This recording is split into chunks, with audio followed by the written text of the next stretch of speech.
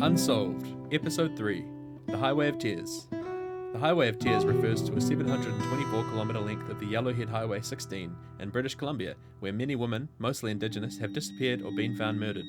The Highway of Tears is part of a larger national crisis of missing and murdered Indigenous women and girls. In 2015, the federal government launched a national inquiry into these cases. The Highway of Tears refers to a section of the Yellowhead Highway 16 from Prince Rupert on the northwest coast of British Columbia, Canada, to the central interior city of Prince George. 23 First Nations border Highway 16. The region is characterized by poverty and until 2017 lacked adequate public transport, which forced many locals to resort to hitchhiking as a form of transport. The exact number of women who have disappeared or been murdered along the Highway 16 is disputed. The RCMP acknowledges 18 murders and disappearances in its list of Highway of Tears cases, dating from 1969 to 2006. The RCMP also include women who have disappeared from Highways 97 and 5 in British Columbia. 10 of these 18 victims are Indigenous women and girls. However, Indigenous groups argue that the number is misleading because it reflects only the disappearances and murders that have happened in the specific geographic areas around these highways, and that the real number in northern British Columbia exceeds 40. According to Human Rights Watch, an international non-governmental organisation that conducts research and advocacy on human rights, British Columbia has the highest rate of unsolved murders of Indigenous women and girls in the entirety of Canada. However, this problem is not unique to British Columbia.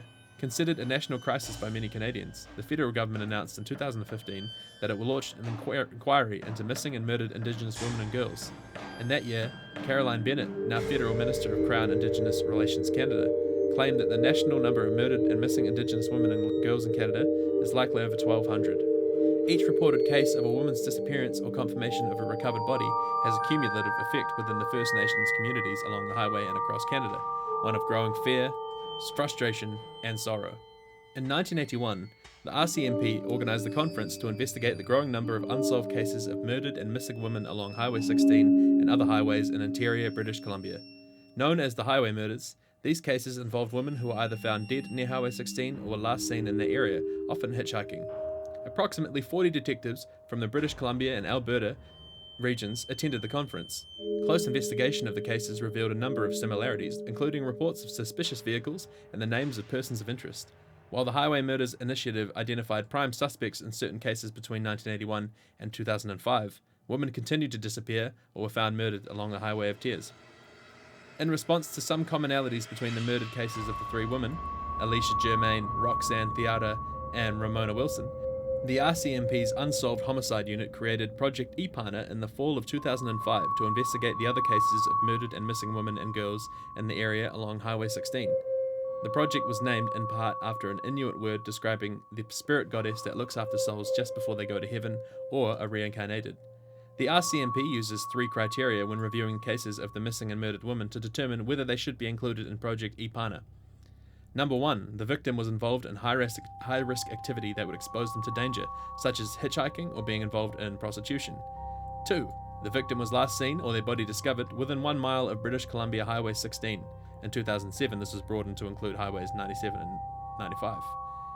Number 3, they were female. In 2005, when Ipana was first launched, the RCMP identified 9 victims who had gone missing or been found murdered along Highway 16 from 1989 to 2006. Alicia Germain, Roxanne Theata, Ramona Wilson, Alia Sarek Auger, Tamara Chapman, Nicole Hoare, Lana Derrick, Delphine Nicol, and Alberta Williams. All but one of these victims, Nicole Hoare, were Indigenous. In order to broaden the investigation, the RCMP uses the software computer system VICLAS, Violent Crime Linkage Analysis System, as well as other databases and missing persons records.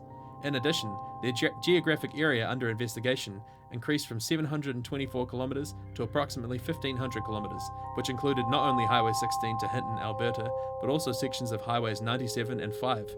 This led the RCMP to double the number of Highway of Tears victims from 9 to 18, all of whom were murdered or disappeared over a 37-year period, 1969 to 2006. The 9 additional Highway of Tears victims are Shelley Bascu, Maureen Mosey, Monica Jack, Monica Ignis, Colleen McMillan, Pamela Darlington, Gail Wells, Micheline Pade, and Gloria Moody. Nothing underlines the profound sense of loss and tragedy surrounding the unsolved cases of missing and murdered women and girls along the Highway of Tears more than the case of Doreen Jack, as it was not just she who disappeared on the highway, but her entire family. On the evening of the 2nd of August 1989, Doreen's husband Ronald met a man at a local pub in Prince George, British Columbia, where the man offered him a job at a ranch or a logging camp. That night, the family prepared for the trip to the area of Ronald's new job. Around 1:30 a.m., Ronald called his mother from a resort located approximately 50 kilometers west of Prince George on the Highway of Tears, informing her that he, Doreen, and their two boys, 9-year-old Russell and 4-year-old Ryan, were leaving for about 2 weeks. That was the last anyone ever heard from the Jack family. In 2012, the Project Ipana Investigation Unit achieved a breakthrough in the case of 16-year-old Colleen Macmillan, who disappeared in 1974. DNA evidence linked American felon Bobby Jack Fowler to her murder. The RCMP also indicated he was a strong suspect in 2 other Highway of Tears Project Ipana cases, those of Gail Wells and Pamela Darlington. In December 2014, an arrest was made in the murder of Monica Jack. Having confessed to an undercover police officer that he committed the crime, Gary Handlin was charged with first-degree murder in the case of Monica Jack and in another case, both going back nearly 40 years. Handlin's trial began in 2018, and in January of this year, he was convicted of murdering Jack. While no new cases have been added to the RCMP investigation since 2007, the use of forensic evidence has helped investigators to arrest and charge some of the perpetrators, and to keep these cold cases open. The RCMP reports that since the creation of Ipana, it has collected 750 DNA samples, conducted 2,500 interviews, and investigated 1,413 people of interest and administered 100 polygraphs. Police investigators have not been the only ones searching for the people responsible for the abduction and murder of women and girls along the Highway of Tears. Some families of lost ones have also launched their own investigations with the assistance of those in their community. Private investigator Ray Michalko, an ex-RCMP officer, has also been on a personal mission to solve the Highway of Tears cases. Without any compensation or pay, Michalko has made numerous trips to British Columbia, North Central Interior to meet with the victim's family and conduct his own personal investigations. There is still much debate over the exact number of women who have gone missing on or near the Highway of Tears. Many in the Indigenous communities claim that this number exceeds 40. Some argue that socio-economical inequalities limit the resources available to fund searches and awareness campaigns. Others contend that systemic racism, as well as the lack of knowledge about Indigenous issues, prevents proper investigations into these cases. Some activists argue that institutional racism and sexism has affected the searches for these missing and murdered Indigenous women. Although disappearances date back to at least 1969, activists point to the fact that the RCMP did not launch Ipana until 2005.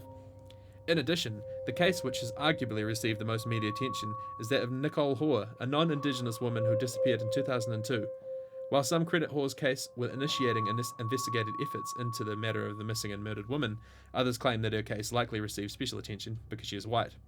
A 2012 Human Rights Watch investigation and report titled "Those Who Take Us Away" reveals a deep distrust of police amongst Indigenous peoples in northern British Columbia due to experiences of discrimination and abuse. Those experiences have influenced their perception of the Highway of Tears investigations. According to some families of the missing and murdered Indigenous women and girls, the police had assumed that many of the women were drunk, prostitutes, or had consented to sex before their disappearance or murder. As a result, they argue, these women were ignored by police and essentially blamed for their own murder or disappearance. Others contend that Hoare's case received more attention because her family and friends had access to greater financial resources and social connections than most other families of the missing and murdered women. In the case of Hoare, the city of Red Deer, Alberta, did some very effective fundraising to support the investigation. Similarly, Madison Scott's family had an extensive financial and networking resource, resulting in the large monetary reward for information about her disappearance, multiple billboards along the highway, posters and bumper stickers, and a website dedicated to her case. In contrast, most Indigenous families have limited resources compared to non-Indigenous families.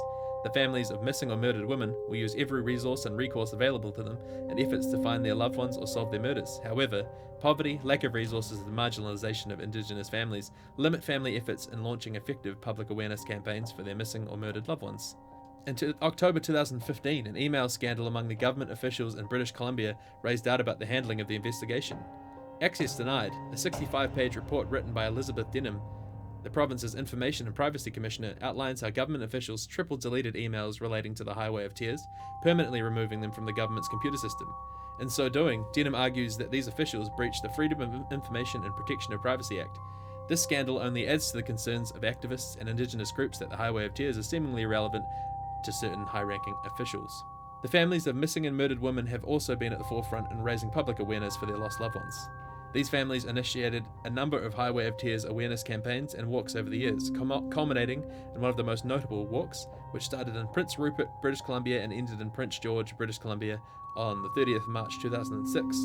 The end of that walk signalled the start of a Highway of Tears symposium attended by the victims' families and over 500 delegates representing all sectors of society, including the RCMP and various levels of government.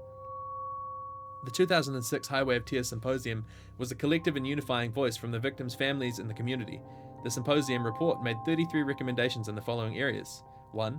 Victim prevention. 2. Emergency planning and team response. 3. Victim family counselling and support. 4. Community development and support. Few of these recommendations were implemented. However, the announcement of a national inquiry into the Highway of Tears in 2015 has led some to believe that the real change is on the way. After much public pressure, British Columbia Transit started 3 new bus routes along Highway 16 in 2017. One actively services the areas between Smithers and Morristown. The other 2 service the areas between Burns Lake and Smithers, and between Burns Lake and Prince George. Although the 2006 Highway of Tears Symposium recommended a shuttle, it took over a decade to see any change.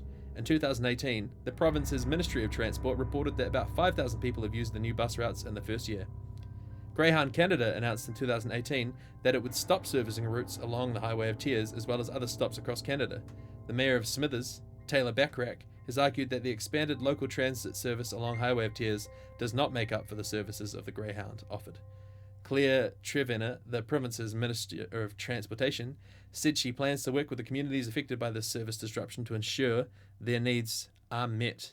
This has been the 3rd episode of Unsolved Killers Amongst Us. Now, personally, I think that Bobby Jack Fowler was largely responsible for a lot of these murders, and he's just lying through his teeth in the prison. Now, big thanks this week goes out to the Canadian Encyclopedia, which provided me with all this juicy information. Thank you very much to the folks over there.